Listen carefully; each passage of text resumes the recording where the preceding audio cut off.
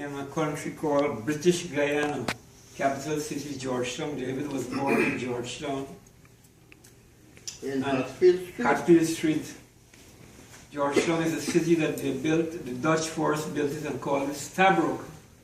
But when the British took the city, they renamed it Georgetown. And David grew up there in Wortmanville. We moved from that address to Bedford, East Coast, Demerara. We lived in Hatfield Street again in Lodge. That's the city next to Georgetown.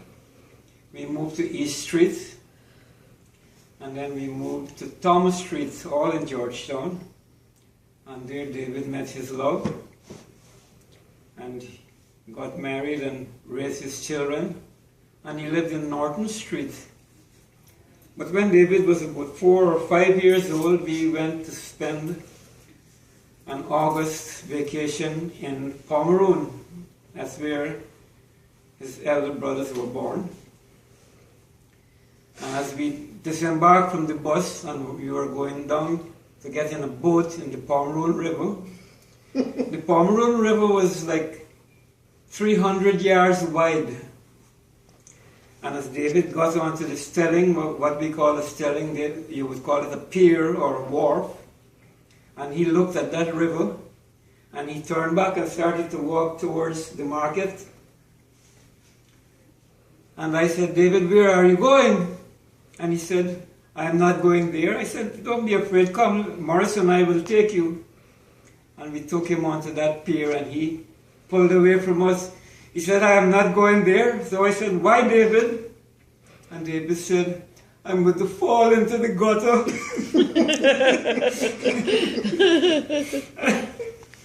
We spent a nice vacation there in Pomeroon. David grew up and got his family. And I'm sure Bernadette would like to say something about how she met Uncle David.